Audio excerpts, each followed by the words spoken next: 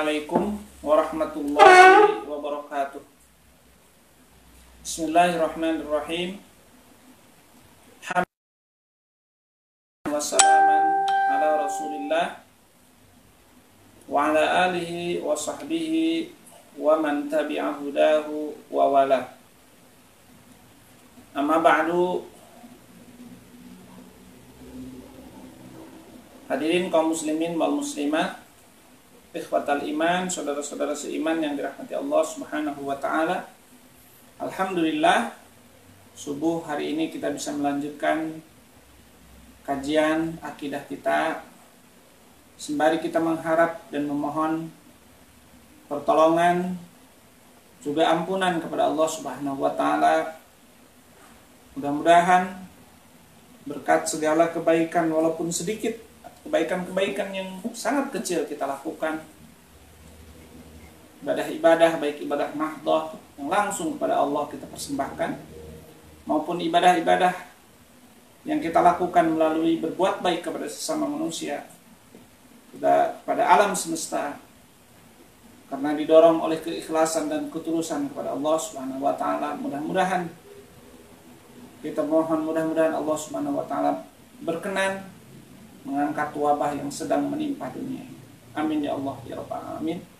Kita juga ingin persembahkan kajian ini, siapa saja yang mengikuti kajian ini, yang ikut berkorban dalam kajian ini, yang ikut mendukung kajian ini, mudah-mudahan semua yang terlibat di dalamnya hatinya diikhlaskan karena Allah Subhanahu wa taala. Tidak ada harapan apapun, karena tidak akan berarti apapun kecuali ketika kita persembahkan karena Allah Subhanahu wa taala. Wa ma umiru illa liya'budullaha mukhlishina lahuddin. Mudah-mudahan kajian ini menjadi salah satu jalan, salah satu sebab kita mendapatkan keberkahan di dunia dan keberkahan di akhirat dari Allah Subhanahu wa taala. Amin ya Allah ya rabbal alamin. Baik saudara seiman, akan kita buka dengan membaca bismillahirrahmanirrahim dan akan kita lanjutkan tilawah dan tasmi kita. Surah Yusuf ayat 80 sampai 87 insyaallah. A'udzu billahi minasy syaithanir rajim. Bismillahirrahmanirrahim. Falamma istay'asu minhu khalasu najiyya. Qala kabiruhum alam ta'lamu anna abakum qad akhadha 'alaykum mawthiqan min Allah qad akhadha 'alaykum mawthiqan min Allah wa min qablu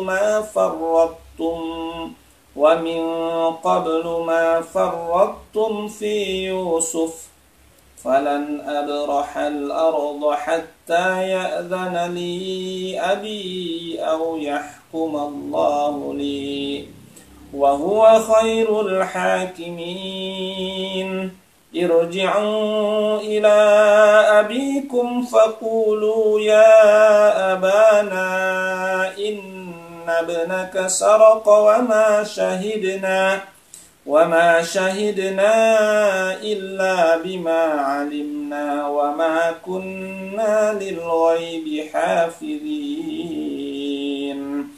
واسأل القرية التي كنا فيها والعير التي أقبلنا فيها وإنا لصادقون قال بل سولت لكم أنفسكم أمرا فصبر جميل عسى الله أن يأتيني بهم جميعا إنه هو السميع العليم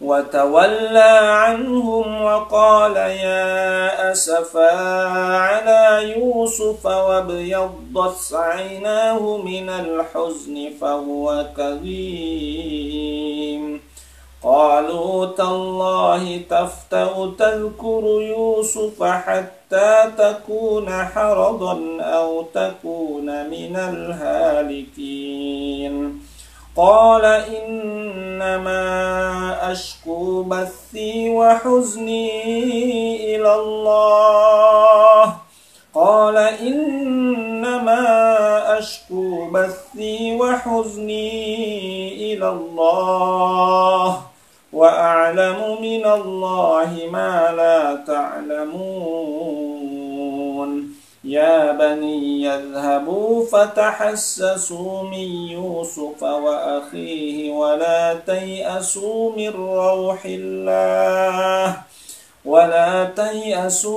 روح الله إنه لا ييأس من روح الله إلا القوم الكافرون صدق الله العلي العظيم وصدق رسوله الحبيب الكريم ونحن على ذلك من الشاهدين والشاكرين والحمد لله رب العالمين. Hadirin kaum muslimin wal muslimat dimanapun Anda berada, marilah kita melanjutkan kembali kajian akidah kita yang insya Allah kalau tidak salah saya hitung berdasarkan video yang saya download, yang insya Allah akan nanti kita masukkan ke channel YouTube. Channel YouTube-nya ada channel sekarang sementara kita upload ke channel YouTube Pondok Pesantren Bina Ihsan Madani. Jadi Bapak dan Ibu yang ingin melihat beberapa kajian kita yang ke belakang, insya Allah beberapa video sudah di-upload ke channel Bina Ihsan Madani. Nanti juga ada channel saya pribadi, channel atas nama saya, agar semakin banyak channel orang mencari dengan pesantren bisa dapat, dicari dengan nama saya bisa dapat, dicari dengan topik akidah, misalnya topik pemikiran Islam juga bisa dapat. Insya Allah mohon doanya, mohon dukungannya, mudah-mudahan semua orang yang terlibat dalam proyek kebaikan ini, walaupun ini kecil, tapi mudah-mudahan oleh Allah Subhanahu wa taala diberikan hidayah, diberikan taufik, diberikan keikhlasan, menjadi satu jalan, ya, menjadi satu lentera, menjadi satu lilin di tengah kegelapan. Kalau mungkin ada yang masih gelap dengan akidah, mudah-mudahan ini menjadi salah satu jalan menunjukkan. Baik, kita akan lanjutkan karena kemarin kita masih ingat kemarin saya rasa terkendala dengan jaringan, sehingga saya lihat di video bagian akhir, khususnya bagian dialog di video saya itu kemudian berhenti, ya, sehingga saya berinisiatif, saya lebih memilih sekarang bagian pertama. Saya ingin kembali membacakan atau menyampaikan isi substansi dari dialog, ya, Dr. Abdul Majid Az-Zamdani, seorang pakar akidah di masa modern ini, pakar akidah dengan pendekatan ilmu sains modern ini, dengan seorang tokoh ateis yang bernama Profesor Robert. Ya, jadi kita mengulang sebentar, kemudian kita akan lanjut nanti dengan poin yang kedua, yaitu wa fi anfusikum afala tubsirun, dalil atau ayat-ayat Allah yang ada dalam diri kita, sehingga kalau kita renungkan, ya, secara kasat mata saja diri kita, maka kita akan mengatakan asyhadu an la ilaha illallah wa asyhadu anna muhammadan rasulullah. Baik. Dialog ini terjadi antara Dr. Abdul Majid Az-Zamdani dengan Profesor Robert. Kalau Dr. Abdul Majid saya sering sampaikan adalah penulis buku Kitabut Tauhid ini, yang menurut saya satu pendekatan pengajaran akidah. Ya, kalau dulu kita mengenal metode pengajaran akidah atau madhab jumhur para ulama yang disebut dengan madhab Asy'ariyah, madhab Maturidiyah, dan banyak lagi cara-cara mengajarkan lebih, kalau saya memandang lebih kepada metode-metode, walaupun terjadi perbedaan, sedikit-sedikit perbedaan dalam memandang sifat Allah dan sebagainya, tapi secara substansi saya memandang lebih kepada perbedaan pendekatan dan metode, nah, sehingga ada kesimpulan-kesimpulan yang sedikit berbeda, tapi secara substansial tidak terlalu ada masalah, ya.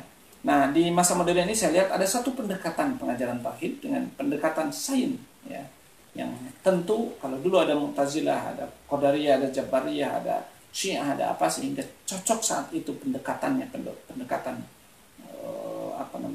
filosofis, mendapatkan ilmu kalam, mendapatkan filsafat, ya, pendekatan logika. Kalau sekarang perlu penggabungan. Dulu juga sebenarnya sudah ada pendekatan sains, ya, tentu dengan bahasa saat itu. Nah sekarang ingin bahasa dengan saat ini. Sedangkan Profesor Robert ini adalah, ya, seorang profesor yang menjabati Direktur Badan Pengamat Astronomi. Sekali lagi, Profesor Robert ini Direktur Badan Pengamat Astronomi yang anggotanya 57 universitas di Amerika. Dan badan tersebut kerjanya adalah mengamati angkasa luar dari 4 penjuru sekaligus. Nah, jadi Profesor Robert ini orang yang katakanlah hebat, luar biasa, tapi tidak beriman kepada Allah. Dan kita akan lihat nanti bagaimana dia tidak bisa menunjukkan, dia tidak bisa berkutik lagi di hadapan argumen-argumen yang menunjukkan keimanan berdasarkan ilmu yang dia pelajari. Ya, dan dialog ini terjadi di Islamabad pasca konferensi internasional yang bertajuk Mukjizat Ilmu Pengetahuan atau Mukjizat Sains di dalam Al-Quran. Jadi istilahnya di sela-sela konferensi para ulama itu, dan konferensi itu dihadiri karena sains yang ada dalam Al-Quran itu kemudian dikaji oleh berbagai kalangan, berbagai ilmuwan, yang kemudian semuanya berakhir pada satu keajaiban, bahwa informasi kandungan isi Al-Quran yang mengandung nilai-nilai sains yang luar biasa menunjukkan sang pemberi wahyu atau zat yang bermirfat firman dengan kalam itu bukan zat yang biasa, tapi itu adalah zat yang maha mulia, zat yang maha absolut, zat yang maha agung, yaitu zat Allah Subhanahu wa taala. Baik. Kadang penting, ya, ini akan menyentuh kita. Kemudian kata Syekh Abdul Majid mengatakan, ketika terjadi dialog, siapkah Anda untuk berdialog seputar iman kepada Allah? Siapkah Prof? Apakah Anda siap berdialog seputar keimanan kepada Allah? Kata Profnya, saya siap. Saya bertanya lagi, kata Syekh Abdul Majid, apakah Anda sudah ada 100 tahun yang lalu? Apakah Anda sudah ada 100 tahun yang lalu? Apakah Anda sudah ada 1000 tahun yang lalu? Apakah nenek moyang kita sudah ada 100.000 tahun yang lalu? Itu pertanyaan yang diajukan oleh Dr. Abdul Majid. Beliau ingin mengatakan bahwa manusia tidak pernah satu ketika manusia tidak ada. Kemudian Prof menjawab, tidak. Saya 100 tahun yang lalu tidak ada. 1000 tahun yang lalu tidak ada. Apalagi 100.000 tahun yang lalu tidak ada. Kemudian Syekh Abdul Majid melanjutkan, pohon-pohon ini, lihat pohon-pohon, berikut akar-akar, bunga, pohon, buah-buahnya, apakah sudah ada ribuan tahun yang lalu? Berdasarkan ilmu yang Anda pelajari. Prof menjawab, belum ada. Saya melanjutkan, demikian juga hewan-hewan, tumbuh-tumbuhan, ayam, kambing, dan sebagainya. Apakah sudah ada sejak ribuan tahun yang lalu? Ia pun mengatakan, tidak ada.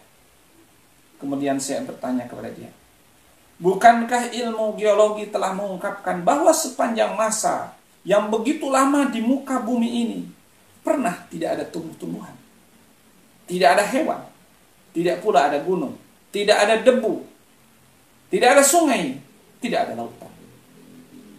Prof Robert mengatakan, ya, semua itu pernah tidak ada. Saya meneruskan, kata Syekh Abdul Majid, bahkan pernah ada suatu masa ketika planet bumi itu tidak ada. Planet bumi waktu itu tidak ada wujudnya. Planet bumi masih menjadi satu bagian dari materi langit. Jadi, dulu bumi belum ada. Jadi, bumi itu masih dalam satu bentuk materi yang masih nempel di dalam langit.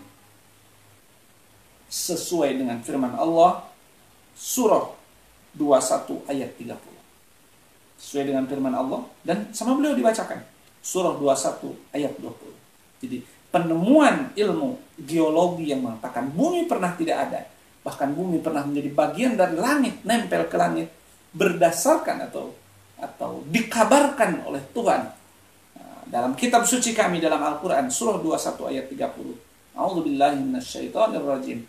Alam tara anna samawati wal arda kanata ratqan fafataqnahuma wa ja'alna minal ma'i kulla syai'in hayyin afala ta'qilun. Tidakkah mereka kamu melihat bahwa sesungguhnya langit dan bumi kanata ratqan, asalnya nempel, asalnya melekat, asalnya bersatu. Fafataqnahuma, kamilah yang memecahkannya, kamilah yang memisahkan. Tertegunlah sang profesor ketika mendengar ayat itu dibaca dan dibaca terjemahnya dan cocok dengan hasil analisa, hasil penelitian ilmu biologi yang dia tahu. Kemudian saya berkata lagi kepadanya, kata Syekh Abdul Majid Al-Jinnah, matahari, bulan, bintang-bintang di langit dahulu belum ada wujudnya. Mereka masih berbentuk asap. Ini dikuatkan oleh ahli astronom zaman sekarang. Padahal, dan ini dikabarkan oleh Tuhan kami di dalam kitab suci kami, di dalam Al-Quran.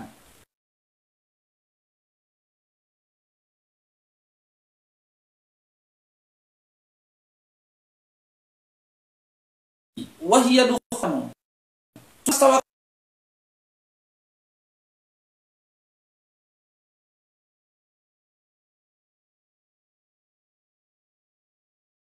Dalam keadaan dukhon, dalam keadaan asap.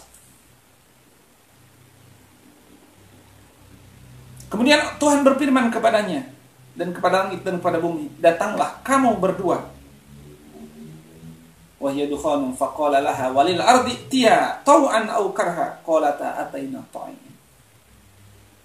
Proprobet pun mengatakan, ya, dulu matahari, bulan, bintang 5 pernah tidak ada, yang ada hanya gumpalan asap.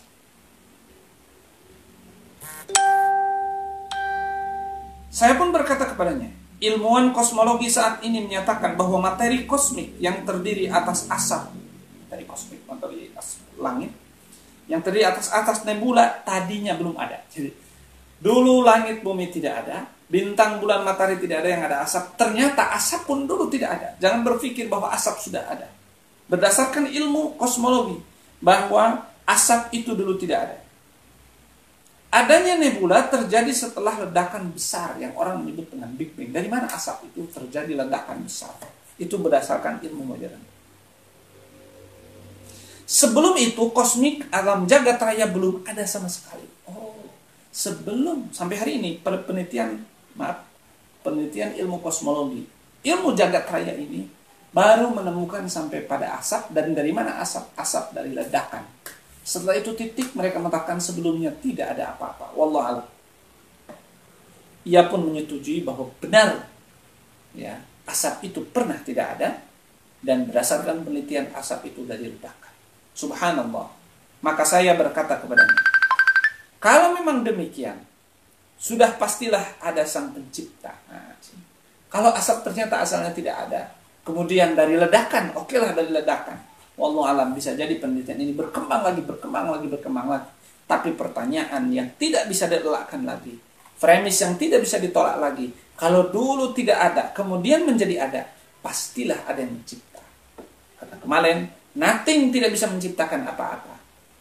Dan faqidus syai'i la yu'ti, sesuatu yang tidak bisa berbuat apa-apa, maka dia tidak bisa bekerja apa-apa. Dialah Allah, kata Syekh Abdul Majid, yang telah mengadakan makhluk dari ketidakadaan. Jumlah petunjuk Allah adalah sejumlah makhluk yang dia ciptakan. Jadi, maka ada ulama yang mengatakan, bagaimana Allah butuh dalil? Padahal Allah lebih jelas daripada dalilnya itu sendiri. Kenapa? Karena memang tidak mungkin ada alam jagat raya yang luas ini tanpa ada yang menciptakan. Ia lantas berkata, ya sudahlah, pasti seluruh jagat raya ini ada yang ciptakan. Lihat, seorang ateis berakhir dengan satu kesimpulan, pasti jagat raya ini ada yang menciptakan. Satu poin yang harus kita catat. Sehingga kekafiran itu tidak ada landasannya. Menolak atas kekuasaan Tuhan, orang yang mengatakan saya tidak bertuhan, itu tidak ada dalilnya. Kecuali hawa nafsu yang ingin hidup bebas dan ingin hedonis. Saudara saya menikmati Allah Subhanahu wa Ta'ala.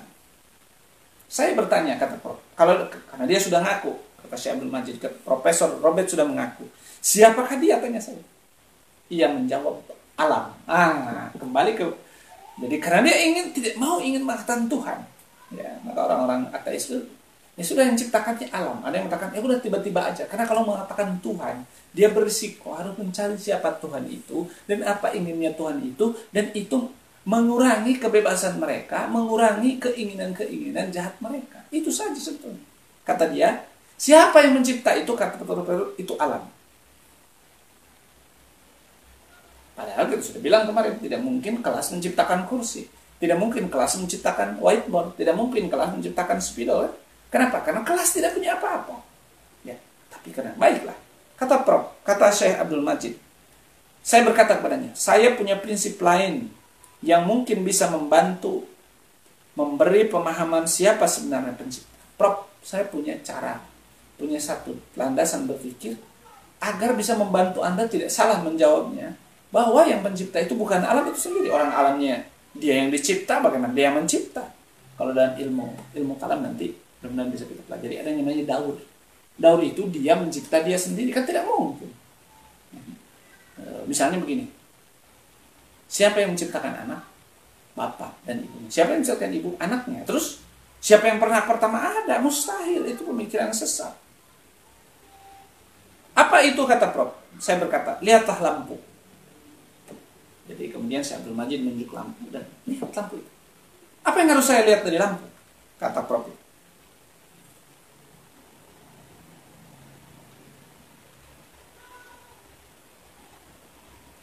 Kata Syekh Abdul Majid, pertanyaan saya, apakah orang yang membuat lampu ini memiliki kaca? Oh tentu. Memiliki aluminium? Oh tentu. Memiliki pengetahuan? Ya. Memiliki pengetahuan tentang listrik? Ya, dan seterusnya. Karena tidak mungkin orang yang membuat lampu itu tidak punya materi bahan lampu, tidak punya ilmu membuat lampu, tidak tahu fungsi listrik, menyambung listrik, dan sebagainya, tetek bengak dan keahlian yang sangat detail. Maka akhirnya Prof itu menyetujui bahwa pembuat lampu itu dibuat oleh orang yang ahli, orang yang punya bahannya, punya kecerdasan luar biasa, punya keahlian, punya profesionalisme. Ia pun menyetujuinya. Saya berkata lagi kepadanya, nah ini adalah prinsip kedua, bahwa makhluk meninggalkan jejak, ya, bahwa makhluk meninggalkan jejak yang menunjukkan sebagian sifat penciptanya. Ya, jadi lampu itu sendiri menunjukkan siapa yang membuat lampu. Ya. Baik. Jadi sebagaimana Anda mengetahui karakteristik pembuat lampu dengan cara memikirkan lampu, Anda juga bisa mengenal berbagai sifat pencipta dengan cara berpikir. Jadi kalau Anda bisa mengenal pembuat lampu pada Anda tidak pernah ketemu dengan pembuat lampu, maka Anda juga bisa memikirkan dan menyimpulkan siapa pencipta alam jagat raya yang tadi kita bahas, kosmologi dari asap dan sebagainya. Dengan Anda merenungkan alam dan jagat raya ini, maka di pikiran Anda akan punya kesimpulan sehebat apakah Tuhan itu, sekuat, ya, sedahsyat apakah kekuatannya, berdasarkan pandangan dan analisis kita terhadap alam semesta yang kita lihat.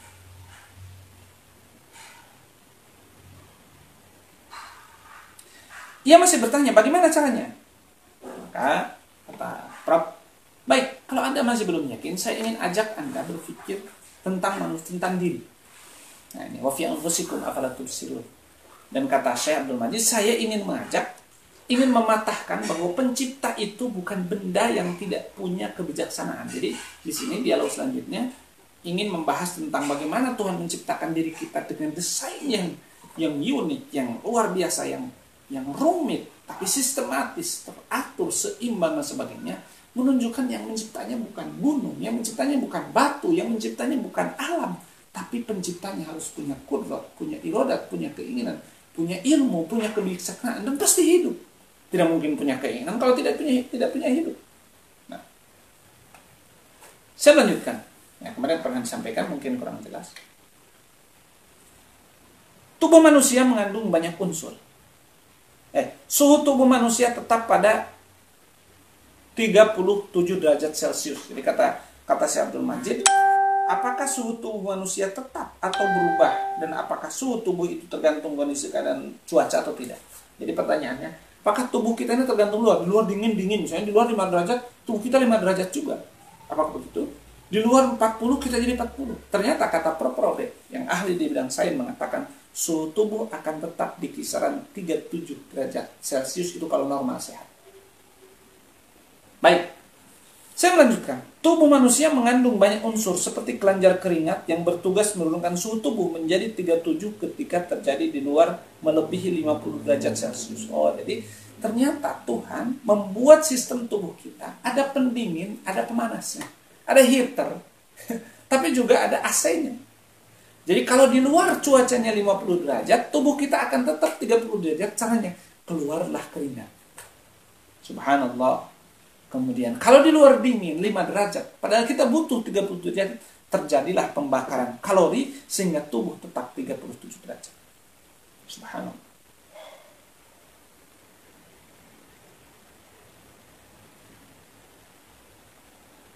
Bahkan ini sejak di dalam tubuh. Kata Syekh Abdul Majid, tidakkah Anda melihat bahwa pencipta diri Anda adalah zat yang maha bijaksana, maha hidup, maha kuasa, maha berilmu, maha hebat. Bukan alam yang seperti Anda duga. Probet tahu bahwa saat itu dia telah menyerah dan membatalkan argumennya yang pertama yang mengatakan bahwa alam dicipta oleh alam dan ini mustahil karena tidak mungkin manusia diciptakan oleh alam, padahal rumit. Ya. Apa yang ada di dalamnya, sistematis apa yang ada di dalamnya, kompleks apa yang ada di dalamnya, tapi semuanya berjalan dengan seimbang. Saudara seiman dirahmati Allah Subhanahu wa taala. Tapi akhirnya Prof. Robert mengatakan tidak. Ya. Ketika ditanya apakah ini bijaksana, tidak, karena dia ingin menolak bahwa tidak ada Tuhan. Ya. Maka kata Syekh Abdul Majid, di sini sebetulnya dia sudah menyerah.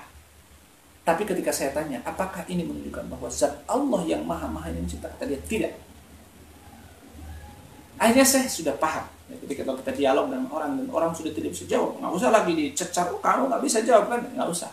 Karena wajah, kata Syekh Abdul Majid, air mukanya sudah berubah, bahwa dia sudah terkalah. Tapi saya paham dan akhirnya berpisah, pamitan, besoknya ketemu lagi. Ya, karena dia ingin mengatakan tercipta dengan dirinya sendiri oleh alam. Maka Syekh Abdul Majid membawa kisah lagi di hari kedua untuk mematahkan lagi argumen. Apa kata Syekh Abdul Majid?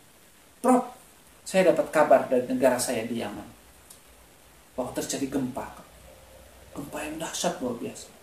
Akhirnya Prof itu menunjukkan kesedihan sebagai bentuk basa-basi orang sedang berdialog. Lalu apa yang terjadi? Tapi kata Syekh Abdul Majid, ada satu kejadian yang luar biasa. Kejadian yang tidak diduga, kejadian yang tidak sengaja, kejadian yang terjadi tiba-tiba. Apa itu? Di tengah gempa terjadi itu, terbanglah tongkat dari besi yang kebetulan di tengahnya ada lubangnya dan jatuhlah dia, lubangnya ke dalam ada paku yang sedang lurus ke atas mengarah begini, maka dia begini, maka dia jadi seimbang begini. Di tengah goncangan terus, terbanglah segenggam daging nempel di sebelah kirinya. Akhirnya berat ke sini, tiba-tiba terbang lagi, ada satu benda, ya benda padat yang terbang ke sebelah kanan. Akhirnya tetap ini seimbang. Kata Prof. Robert, apa-apaan ini? Nggak mungkin gempa menciptakan satu keseimbangan yang luar biasa seperti itu. Kata Dr. Abdul Majid, ada yang lebih tidak mungkin lagi. Tidak mungkin jagat raya, matahari yang berputar setiap hari, pergantian malam yang seimbang setiap saat, tubuh kita yang teratur sedemikian rupa, kalau terjadi secara tiba-tiba dan dicipta bukan oleh Tuhan yang Maha Kuasa, tidak mungkin ini terjadi. Kalau Anda mengatakan tongkat ini mustahil karena gempa tiba-tiba tidak teratur, maka lebih mustahil lagi keberadaan kita seandainya tidak ada zat Allah yang Esa. Saudara seiman dan rahmati Allah Subhanahu wa taala, maka terpatahlah segala argumen, bukan dalil, segala apologi, segala akal-akalan, segala subuhat, cara berpikir yang salah yang mengatakan tidak ada pencipta. Semua berakhir akan mengatakan siapa yang mencipta jagat alam semesta ini. Saya qulun Allah, akhirnya mereka akan berkatakan Tuhan zat yang Maha Kuasa. Cuma yang seringkali terjadi, siapakah Tuhan itu? Itulah yang akan dibahas dalam ilmu nubuat nanti. Ketika Nabi dapat wahyu menjelaskan sifat-sifat Allah secara detail, maka disitulah jelas siapa Tuhan kita. Saudara seiman dan rahmati Allah Subhanahu wa taala. Baik, selesailah al-usailah dialog itu, kita akan lanjut ke materi selanjutnya, yaitu materi tentang mengenal Allah melalui diri. Tadi sebenarnya sudah ada, tapi ini lebih menguatkan lagi. Baik. Ayatnya Surah Az-Zariyat ayat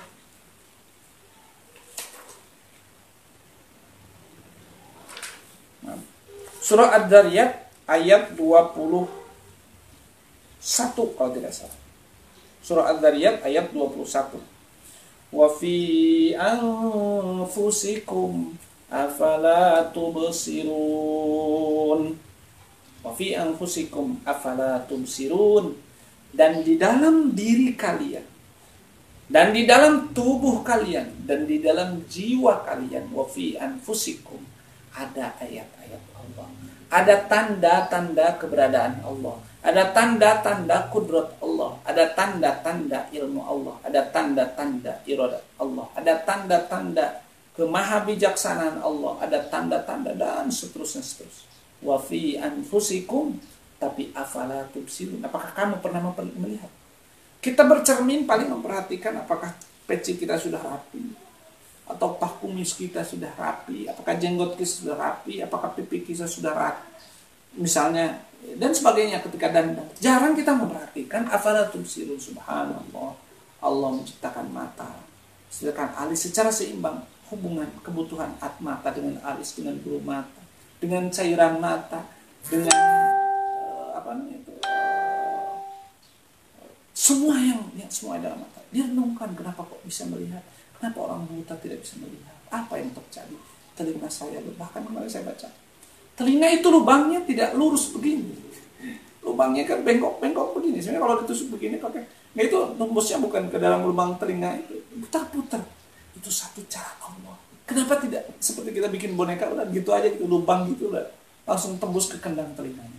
Itu ternyata bagian dari perlindungan Allah terhadap kendang telinga, terhadap juga tulang itu untuk melindungi otak. Subhanallah, subhanallah, ma khalaqta hadza batila. Tidak mungkin keagungan ciptaan ini dicipta oleh ketiadaan atau tercipta secara kebetulan, tapi pasti dicipta oleh Allah yang Maha Kuasa. Wa fi anfusikum afala tubsirun. Apa yang bisa direnungkan secara kasat mata yang ditulis oleh para ulama dalam kitab yang bisa saya baca? Di antaranya adalah yang pertama, tulang belulang. Jadi tulang belulang ini menunjukkan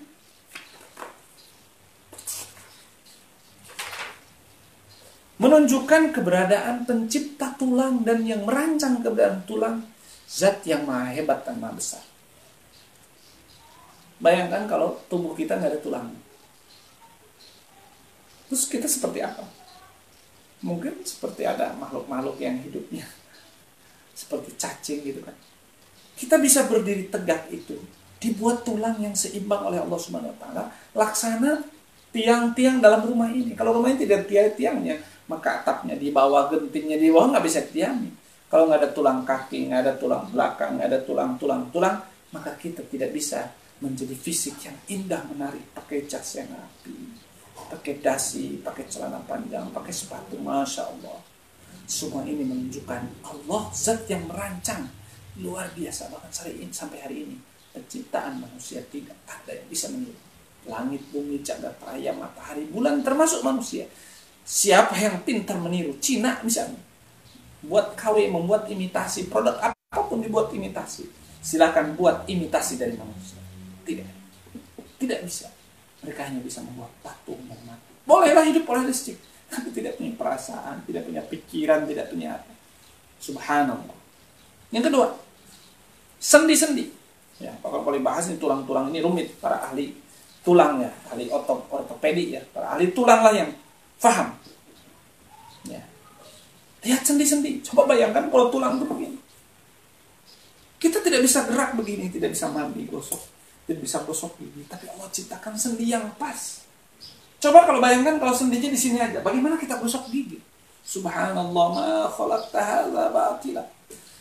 Ini pasti diciptakan oleh Zat yang Maha Agung, tahu kebutuhan manusia, dan Dia yang menyuruh gosok gigi. Nabinya yang mengajarkan, karena Rasulullah Sallallahu Alaihi Wasallam yastaku, Rasulullah SAW suka bersiwak di bangun tidur. Bayangkan, dan dialah Zat yang mengutusnya, yang telah membuat sendi di sini. Bayangkan kalau sendi di sini atau atau sendi di sini, maka kita melipat tangan hanya sampai sini. Subhanallah, subhanallah. Saya tidak atas nama-nama sendinya, karena saya juga tidak menguasainya, dan juga mungkin tidak penting bagi kita mengetahui. Tapi bayangkan sistematisnya kita bisa memegang, kita bisa mengepal untuk menonjol, kita bisa menunjukkan tangan begini. Subhanallah. Baru kita tahu nikmat Allah sendi-sendi ini. Ketika terjadi keseleo bengkak, yang satu tidak bisa bergerak begini. Saya pernah kejeduk ini, akhirnya tangan saya tidak hilang rasanya, kayak terjeduk di sini. Ternyata di sini ada otot yang membuat di sini ada idrak rasa. Dia terbentur keras, hilang rasa ini. 3 jari saya pernah hilang rasanya. Saya tinggal mengatakan subhanallah, subhanallah. Ternyata rasa yang ada, kita bisa merasa dicubit, sakit dan sebagainya, itu adalah satu sistem yang rumit di dalam tubuh kita. Maka saya sering sampaikan, ada orang yang tidak bisa tidur bertahun-tahun sekedar keseleo saat dari belakang. Subhanallah, subhanallah, maha besar dan maha suci Allah yang menciptakan. Tulang sendi kalau kita perhatikan, dibahas di sini malah bagaimana tulang sendi kita di pantat. Gabungan antara sendi-sendi itu pas. Ini sendi ini. Kalau dipasangkan ke sini tidak pas. Subhanallah. Bahkan kalau kita melihat, ya, kata Syekh Abdul Majid, melihat tukang daging sedang memotong-motong tulang, balung-balung itu akan kita lihat cairan. Misalnya kita beli balung sapi, dipotong pas sendinya, itu akan ada cairannya semacam oli. Untuk melindungi sendi-sendi ini tidak bergesekan, tidak aus kemudian rusak. Maka oli itu kan, mobil itu pakai oli. Subhanallah. Ya, dan tidak usah ganti oli kita. Mobil itu harus ganti oli berapa ribu kilo ganti. Kita nggak usah ganti oli. Sudah ada sistem yang membuat oli itu berganti secara sistematis dalam tulang kita. Yang membuat darah itu kalau normal tidak terjadi kesalahan dan sebagainya, maka darah itu tidak mesti dikeluarkan, dicuci di luar, tapi sudah ada sistem penyaring darah. Minuman kita minum warna merah, warna apapun minuman, ada saringan yang disaring sehingga ada racunnya keluar, zat yang baiknya masuk ke dalam tubuh kita. Subhanallah. Bapak Ibu yang dirahmati Allah Subhanahu wa taala, mari kita renungkan surah 2 ayat 259. Surah 2 ayat 259. A'udzubillahi minasyaitonirrajim. Sambil tergetar hati kita menyaksikan keagungan dan kebesaran Allah baru dalam tulang dan sendi-sendi. A'udzubillahi minasyaitonirrajim. Bismillahirrahmanirrahim. Wanzur ilal 'idhami kaifa nunshizuha thumma naksuha lahma. Perhatikan tulang-tulang. Kaifa nunshizuha. Bagaimana kami menegakkannya. Tulang-tulang bisa tegak begini. Kita bisa berdiri tegak. Summa naksuha lahma, biar indah kami bungkus dengan daging. Coba kalau kaki itu tulang begitu saja, kelihatan tidak indah. Ya. Kita lihat tengkorakan tidak indah. Tapi Allah bungkus dengan daging. Daging dibungkus oleh kulit. Kulit dikasih bulu lagi, diperindah. Kulit yang ada dalam siku itu berbeda dengan kulit yang ada dalam pipi. Bayangkan kalau kulit yang ada dalam siku yang tebal seperti ini ada dalam pipi. Subhanallah, subhanallah, subhanallah. Ma khalaqta hadza batila. Pasti ada tujuan Allah menciptakan manusia yang demikian indah ini, dan pasti dicipta oleh Zat yang Maha Kuasa, Maha Agung. Subhanallah. Kemudian surah 23 ayat 12 14. 23 12 14 atau surah Al-Mu'minun ayat 12 sampai 14. Perhatikan, renungkan, sambil rasakan. Kalau bisa lihat, raba apa yang ada dalam tubuh kita. A'udzubillahi minasyaitonirrajim.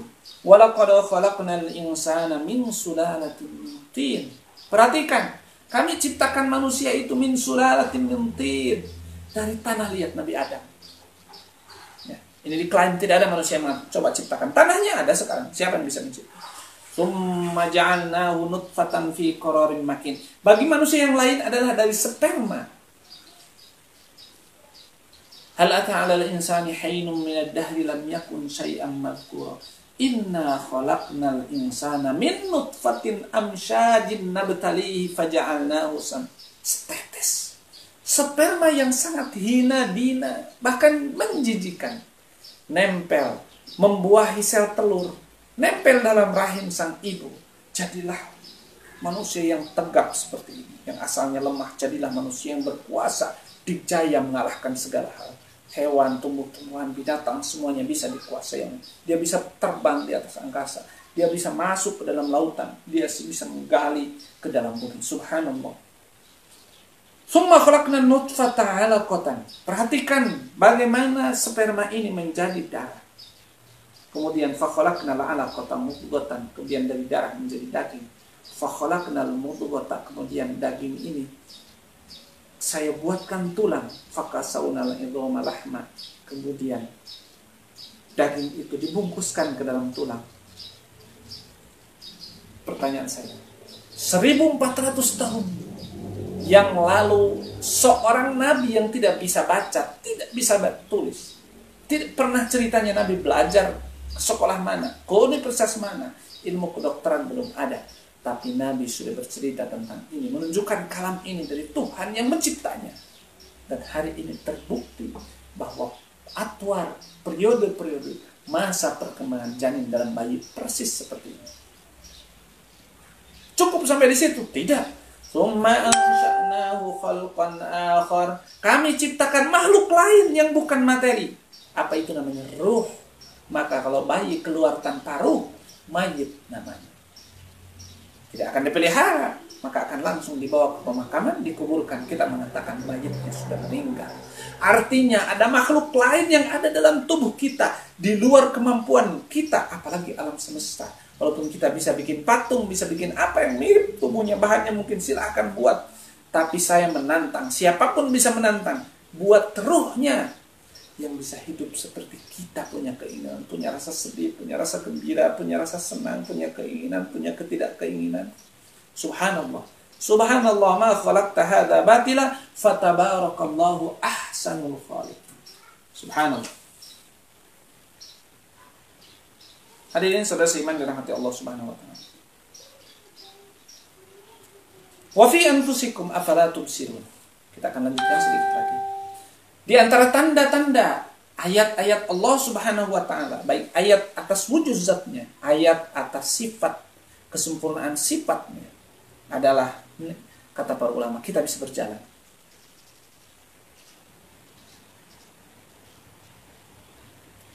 Ada makhluk-makhluk yang tidak bisa pindah. Batu-batuan, tumbuh-tumbuhan. Ada makhluk bisa pindah, tapi tidak bisa pindah seperti manusia. Ayam bisa pindah, tapi pindahnya gitu aja. Kambing bisa pindah, tapi pindahnya gitu aja. Tapi manusia ini, kita bisa pergi ke kebun, bisa pergi ke toko, bisa pergi ke luar negeri, mencari makanan, mencari pakaian. Kalau ada bahaya kita bisa melarikan diri.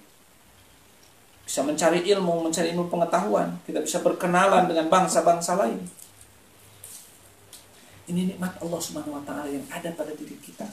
Perhatikan surahnya, surah 67 ayat 15. Surah Al-Mulk ayat 15. Huwallazi ja'ala lakumul arda dhalulan.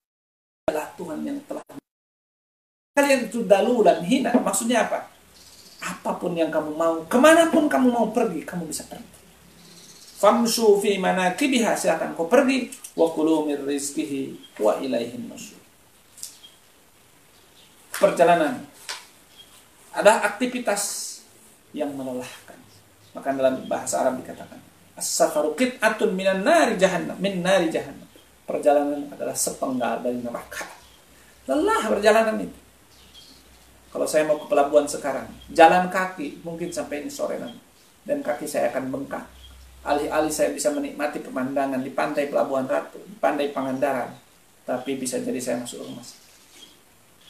Apa maksudnya, Bapak Ibu dirahmati Allah Subhanahu wa taala? Allah Subhanahu wa taala telah menaklukkan makhluk-makhluknya untuk digunakan, untuk dilakukan perjalanan oleh kita.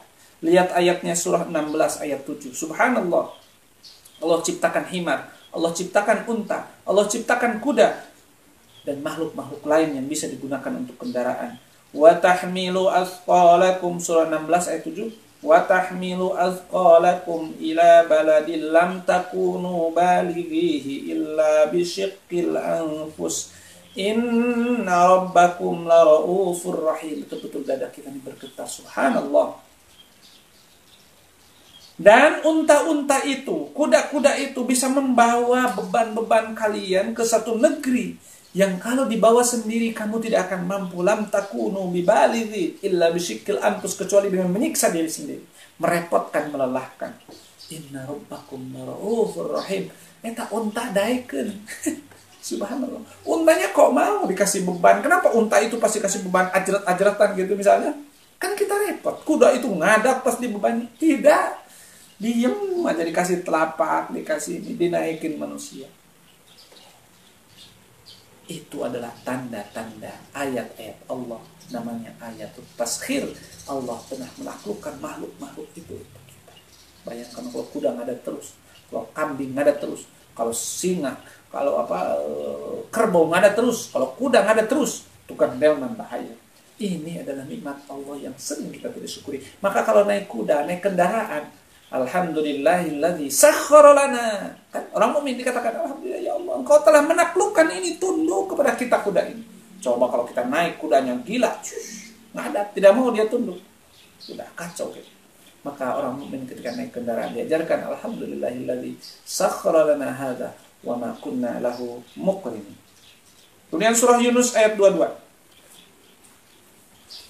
Walladzi yusayyirukum fil barri wal bahr. Bahkan di dalam lautan.